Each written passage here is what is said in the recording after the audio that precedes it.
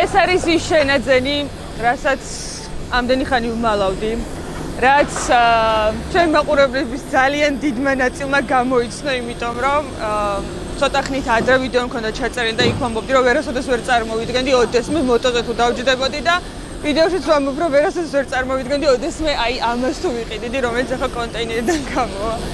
სიმართლე გითხრა, არ ველოდი ესეთი ემოციები თუ მექნებოდა. რაღაც მე გული ამიჩუყდა ჩემს შენაძენზე და ნახოთ ახლა როგორი გოგო იქნება. თუ მჯეროდეს რომ ექჩებია. ამ ვიდეოს მორალი არის მათ შორის არასოდეს თქვა არასოდეს, იმიტომ რომ ვერასოდეს ვერ წარმოვიდგენ ოდესმე რას გააკეთებ ადამიანი. მე ყოველთვის ვამბობდი, რომ არასოდეს მოტოციკლზე არ დავჯდებოდი და მით უმეტეს ყიდო არც განიხილებოდა, მაგრამ აი